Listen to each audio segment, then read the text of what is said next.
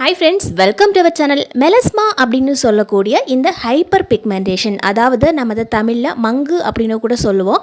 சூரிய வெளிச்சம் நம்முடைய ஸ்கின்னை ரொம்ப டேமேஜ் பண்ணால் கூட நமக்கு மங்கு வரதுக்கு நிறைய வாய்ப்பு இருக்குது. அதே மாதிரி இந்த மங்கு பெண்களுக்கு தான் அதிகமாக வரும்.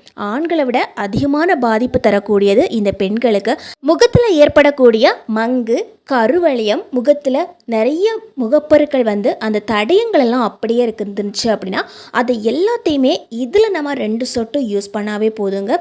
கண்டிப்பாக இந்த மங்கு எல்லாத்தையுமே நம்ம போக வைக்க முடியும். ரொம்பவே சூப்பராக ஒர்க் அவுட் ஆகக்கூடிய இந்த விஷயத்தை நம்ம எப்படி பண்ணுறது அப்படின்னு பார்க்கலாமாங்க. வாங்க நம்ம வீடியோக்குள்ளே போகலாம். இதுக்காக நம்ம எடுத்துக்கக்கூடியது பார்த்திங்கன்னா, ஒரு கைப்பிடி அளவுக்கு வேப்பிலைகள் தான். நல்லா ஃப்ரெஷ்ஷான வேப்பிலைகள் கிடச்சா அதுவும் யூஸ் பண்ணிக்கலாம். அல்லது வேப்ப இலை பவுடர் அப்படின்னு கொடுப்பாங்க, அந்த பவுடர் கூட வாங்கி யூஸ் பண்ணிக்கலாங்க. வேப்பிலைகளில் அதிகமாகவே ஆன்டி பாக்டீரியல் ஃபங்க்ஷன்ஸ் இருக்குது. நம்முடைய தோலில், நம்முடைய ஸ்கின்னில் எந்த விதமான பிரச்சனை வந்தாலும் சரி, அதை போக வைக்கக்கூடிய சக்தி இந்த வேப்பிலைக்கு இருக்குது. இந்த வேப்பிலையை முதல்ல நம்ம தண்ணியில் போட்டு நல்லா கழுவி எடுத்தாச்சு. அது இலைகளை மட்டும் நம்ம தனியாக எடுத்து வச்சுக்கலாங்க. இப்போ நம்ம ஒரு டவலோ அல்லது ஒரு துணியோ எடுத்து நம்ம எடுத்து வச்சுருக்கக்கூடிய இலைகளை நல்லா தொடச்சி எடுத்துக்கலாம். அதில் கொஞ்சம் கூட தண்ணித்தன்மை இருக்கக்கூடாது. இப்போ நல்லா இந்த மாதிரி தொடச்சி எடுத்தாச்சு. ஒரு சின்ன பாத்திரம் ஒன்று எடுத்து வச்சுக்கலாம். நம்ம தொடச்சி வச்சுக்கக்கூடிய இந்த இலைகளை இந்த பாத்திரத்தில் எடுத்து போட்டுக்கலாங்க.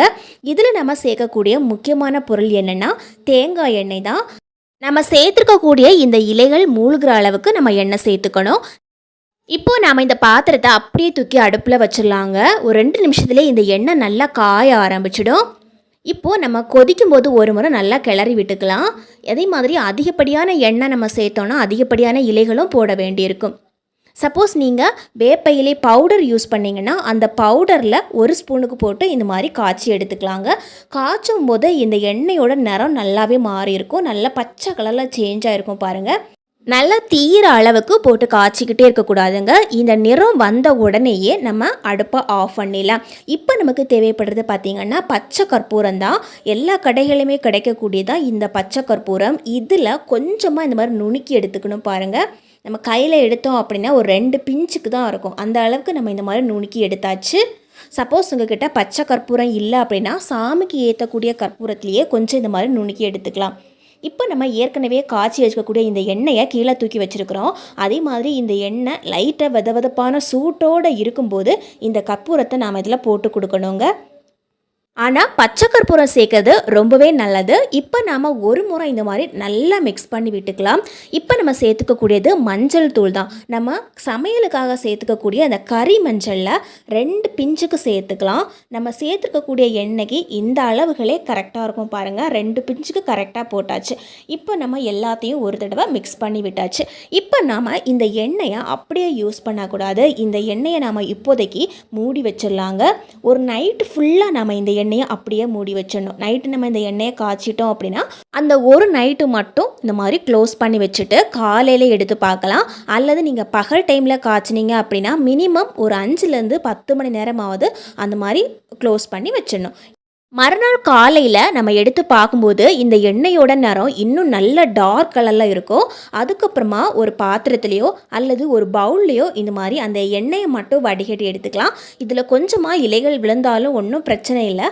அதனால் நம்ம வடிகட்டி யூஸ் பண்ணி தான் வடிகட்டணும் கிடையாது. நார்மலாக இந்த மாதிரி வடிகட்டி எடுத்துக்கலாங்க. இப்போது இந்த அளவுக்கு நமக்கு எண்ணெய் கிடச்சிருக்குது. இந்த எண்ணெய் பார்த்திங்கன்னா நம்முடைய முகத்தில் இருக்கக்கூடிய கருவளையங்கள், அதே மாதிரி நம்முடைய முகத்தில் ஏற்கனவே நிறைய முகப்பொருட்கள் அந்த கரும்புள்ளிகளெல்லாம் அதிகமாக இருந்தது அப்படின்னா அதை எல்லாத்தையுமே போக வைக்கக்கூடிய சக்தியும் இருக்கும். முக்கியமாக நம்முடைய முகத்தில் மங்கு இருந்ததுன்னா அதை போக வைக்கக்கூடிய சக்தி இருக்குது. இப்போ நம்ம சேர்க்கக்கூடிய முக்கியமான பொருள் என்னென்னா விட்டமின் இ ஆயில் தான். ஒரே ஒரு விட்டமின் ஆயில் மட்டும் எடுத்து அதை இந்த மாதிரி உடச்சி இதில் ஊற்றிக்கலாங்க. இப்போது நாம் இதை நல்லா மிக்ஸ் பண்ணி விட்டுக்கலாம். சின்ன குழந்தைங்களுக்கு கூட மசாஜிங் பண்ணுறது கூட இந்த எண்ணெயை நம்ம யூஸ் பண்ணிக்கலாம். அவங்களுக்கு மசாஜிங் பண்ண மாதிரியும் இருக்கும். அதே மாதிரி அவங்களுக்கும் ஸ்கின்னில் எந்த விதமான பிரச்சனையும் வராமல் தடுக்கிறதுக்கு இது ரொம்ப யூஸ்ஃபுல்லாக இருக்கும்.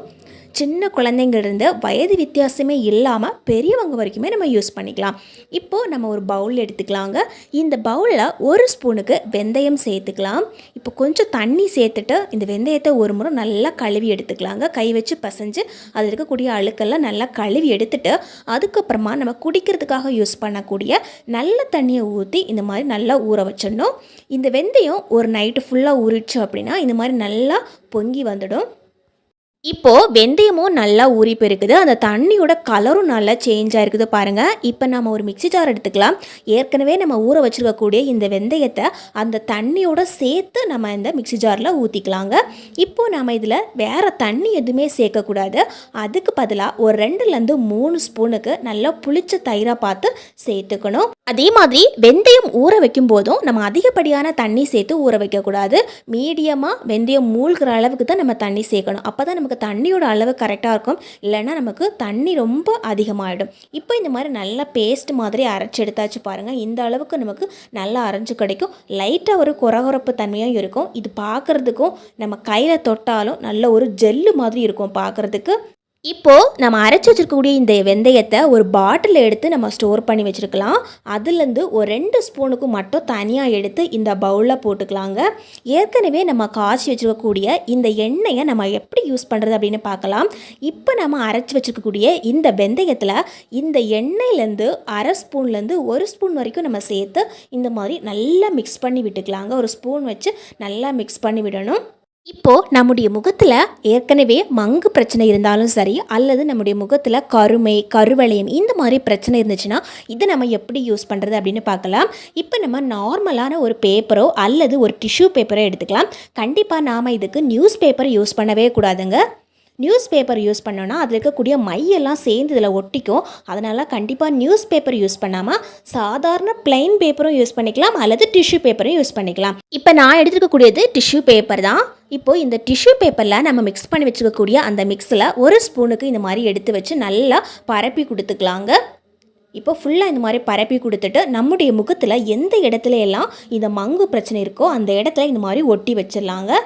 பொதுவாகவே இந்த வெந்தயம் பார்த்திங்கன்னா அவ்வளோ சீக்கிரம் நம்முடைய முகத்தில் ஒட்டாது. கொஞ்சம் கொஞ்சம் அப்படியே நகர்ந்து போயிட்டே இருக்கும். அதனால் நம்ம இந்த மாதிரி பேப்பர் வச்சு அப்படியே ஒட்டினோன்னா ரொம்ப நேரத்துக்கு நமக்கு அதே இடத்துல இருக்கும்.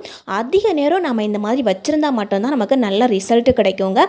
ஓரளவுக்கு நம்ம நல்லா காயிற அளவுக்கு விட்டுறணும். அதாவது ஒரு 1/2 மணி நேரமாவது நம்ம அப்படியே விட்டால் தான் இது நல்லா காஞ்சு வரும். கொஞ்சம் காஞ்சதுக்கப்புறமா இந்த டிஷ்யூ பேப்பரோட இந்த மாதிரி எடுத்துடலாம். நம்ம இதை செஞ்சுட்டு நம்ம அப்படியே விட்டுறக்கூடாது.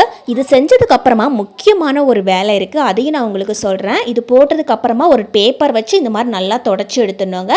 இந்த மாதிரி நம்ம மினிமம் 3 நாளாவது தொடர்ந்து செய்யணும். ஒரு காட்டன் துணியோ அல்லது ஒரு பேப்பரோ வச்சு தொடச்சா இந்த மாதிரி நமக்கு ஃபுல்லாக வந்துடும் கையில். நம்ம சோப்பு போட்டெல்லாம் கழுவ வேண்டாம். இப்போது நல்லா தொடச்சதுக்கு அப்புறமா அந்த இடத்துல நம்ம ஏற்கனவே காய்ச்சி வச்சுருக்கக்கூடிய அந்த எண்ணெய் அதில் ஒரு 2 சொட்டுக்கு எடுத்து எந்தெந்த இடத்துல மங்கு இருக்குதோ அந்த இடம் ஃபுல்லாக இந்த மாதிரி அப்ளை பண்ணி விடணும். நம்ம நைட்டு தூங்க போகிறதுக்கு முன்னாடி கூட இந்த மாதிரி அப்ளை பண்ணி விடலாம். நம்ம முகம் ஃபுல்லாக கூட அப்ளை பண்ணி விடலாம். முகம், கழுத்து இந்த மாதிரி இடங்களில் கூட அப்ளை பண்ணி விட்டுக்கலாங்க. அந்த இடங்கள் எல்லாம் கருமை வராமல் பாதுகாக்கிறதுக்கு இது ரொம்ப யூஸ்ஃபுல்லாக இருக்கும்.